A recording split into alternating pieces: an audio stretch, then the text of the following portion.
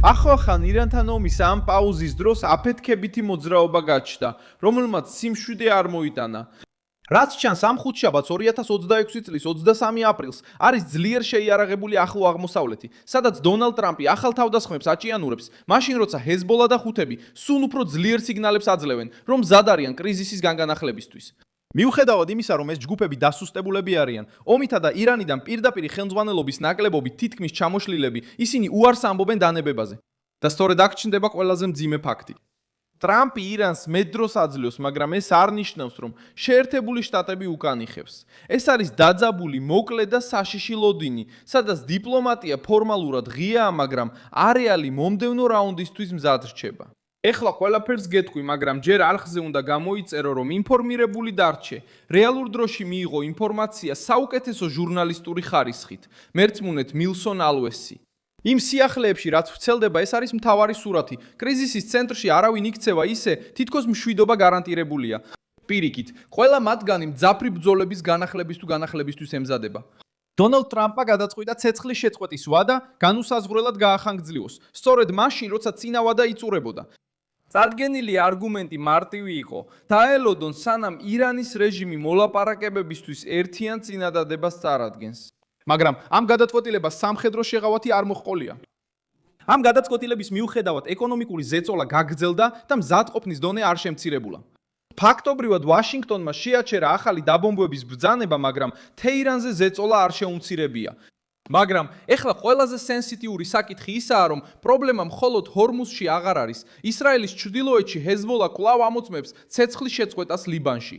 როიტერსმა გაავრცელა ინფორმაცია, რომ ჯგუფმა დაადასტურა საფასუხო ოპერაციები და ამტკიცებს, რომ ზავი მხოლოდ იმ შემთხვევაში გაგრძელდება, თუ ისრაელი შეწყვეტს თავდასხმებსა და დანგრევებს და დატოვებს ოკუპირებულ ტერიტორიებს ლიბანის სამხრეთში. ამავე დროს ბეირუთი ვაშინგტონში გაემგზავრა ცეცხლის შეწყვეტის გახანგრძლივების თხოვნით, რაც მიუთითებს, რომ სიტუაცია კვლავ მყიფეა და თავად ლიბანის სტრუქტურაც კი შიშობს გარღვევის. ის არ იმყოფება დემობილიზაციის რეჟიმში. ის მოლოდინის რეჟიმშია, შეიარაღებული, ზეწოლას ახდენს, ზომავს რეაქციას და აშკარად აჩვენებს, რომ მზადაა კვლავ აალაგოს საზღვარი, თუ ამას საჭიროდ ჩათვლის. ჰუთების შემთხვევაში ვითარება კიდევ უფრო ცხადია. მარტში სააგენტო როიტერსმა გამოაქვეყნა, რომ ირანთან დაკავშირებული ჯგუფი სამხედრო თვალსაზრისით სრულად მზად იყო ომში ჩასართავად. საჭიროების შემთხვევაში, რაც გაზრდიდა რისკს, ბაბელმანდების სრუტეზე, რომელიც საზღვაო ვაჭრობისთვის კიდევ ერთი სასიცოცხლოდ მნიშვნელოვანი სტრატეგიული სრუტეა. ხუსიტებს არ აქვთ ნეიტრალიტეტის შენარჩუნების განზრახვა და ისინი უკვე განიხილავენ წითელ ზღვას, არაბეთის ზღვას და თუნდაც ინდოეთის ოკეანეს, როგორც ესკალაციის შესაძლო ზონებს. ვარტივი ენით რო ვთქვათ, ეს ნიშნავს შემდეგს: თუ ტრამპი რამდენიმე დრით შეაჩერებს ირანზე თავდასხმებს, რეჟიმი შეიძლება შეეცადოს ამ პაუზის კომპენსირებას გარე ზეწოლით, მოკავშირეების გამოყენებით, ახალი დაძაბულობის ფრონტების გასახსნელად, ისე რომ თავიდანვე სრულმასშტაბიან აფეთქებაში არ ჩაერთოს. ხუსიტებმა უკვე ნათლად განაცხადეს, რომ შეუძლიათ ბაბ-ელ-მანდების სრუტე კიდევ ერთ რეგიონულ ზეწოლის ფრონტად აქციონ. 2027 წლის 27 მარტს. სამხედრო სპიკერმა იაჰია სარემ განაცხადა, რომ ჯგუფი მზად არის პირდაპირი ჩარევისთვის. თუ ირანსა და მის მოკავშირეებზე ომი გამძაფრდებოდა, ან თუ წითელი ზღვა თეირანის წინააღმდეგ მტრულ ოპერაციებში იქნებოდა გამოყენებული.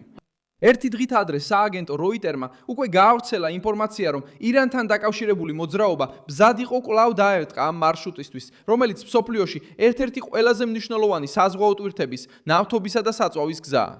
Associated Press-მა ასევე აღნიშნა, რომ გლობალური ვაჭრობის დაახლოებით პროცენტი ჩვეულებრივ ბაბ-ელ-მანდების სრუტეზე გადის. ასევე გაიხსენეს, რომ ჰუსიტებმა უკვე დაარტყეს 100-ზე მეტ სავაჭრო გემს რაკეტებითა და დრონებით. 2023 წლის ნოემბრიდან 2025 წლის იანვრამდე მათგან 2 ჩაძირეს.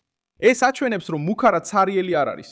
ჯგუფმა უკვე დაამტკიცა, რომ რეალური შესაძლებლობა აქვს გემების დასაპატიმრებლად, საზღვაო დაზღვევის ღირებულების ასამაღლებლად, მარშრუტების გადასატანად და მთელი რეგიონის მასშტაბით არასტაბილურობის გასავრცელებლად. ეს ჯგუფი, რომელიც ასევე ცნობილია როგორც ანსარ ალა, არის იემენის პოლიტიკური, სამხედრო და რელიგიური მოძრაობა, ძლიერად შეიარაღებული და ირანის მხარდაჭერით.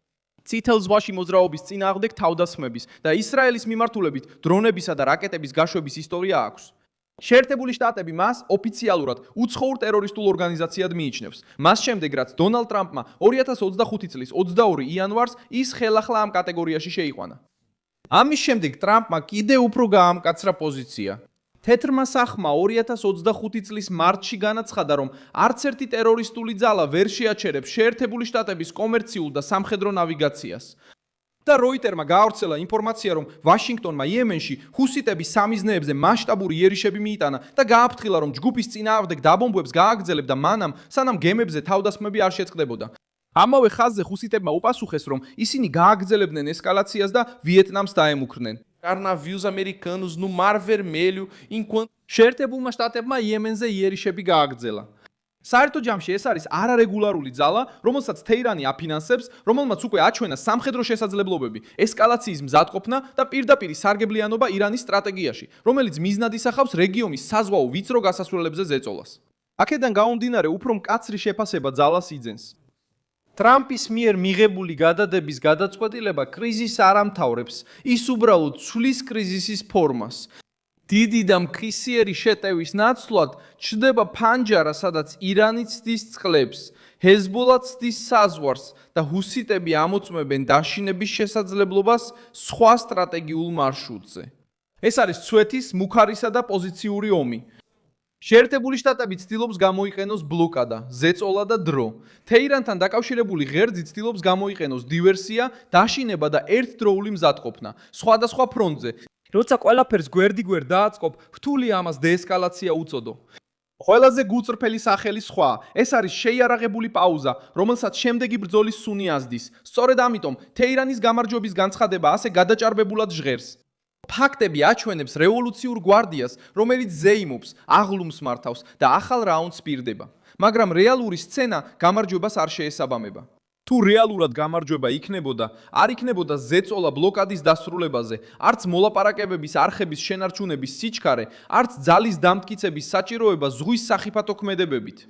არსებობს რეჟიმი, რომელიც ცდილობს წინააღმდეგობის გაკიდვას, მაშინ როცა გარეზე წოლას აწკდება და სჭირდება აჩვენოს, რომ რეგიონში ჯერ კიდევ რაიმე გზავნილს აგზავნის.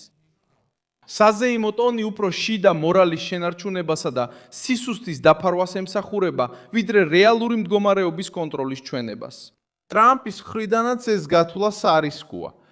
თუ დამატებითმა დროამ ირანისგან რეალური დათმობა არ გამოიღო, თეთრი სახმი შეიძლება დაასკვნას, რომ პაუზა მხოლოდ მოწინააღმდეგეს მისცა სუნთქვის, მოკავშირეების გადაჯგუფებისა და მუქარის უფრო ფართოდ გავრცელების საშუალება. და თუ ჰეზბოლა და ჰუთები სიტყვებიდან უფრო სერიოზულ ქმედებებზე გადავლენ, სამხედრო პასუხის მოთხოვნა კვლავ ძლიერად წამოიწევს. ამიტომ თავდასხმების გადადების გადაწყვეტილებას უზარმაზარი მნიშვნელობა აქვს.